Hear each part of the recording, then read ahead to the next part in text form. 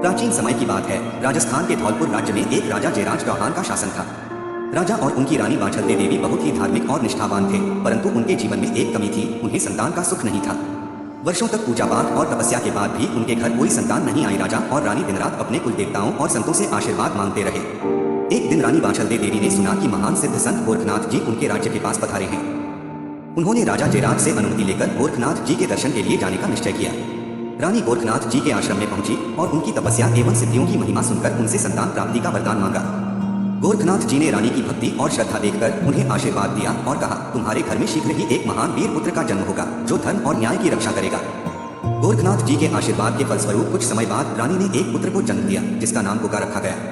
गोगा बचपन से ही बहुत तेजस्वी और साहसी थे। जैसे जैसे वह बड़े हुए, उन्होंने अनेक असाधारण शौर्य और वीरता के कार्य किए।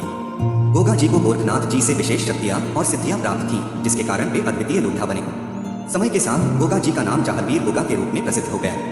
उन्होंने धर्म और न्याय की रक्षा के लिए कई युद्ध लड़े और अपने पराक्रम से अन्याय और अत्याचार का अंत किया।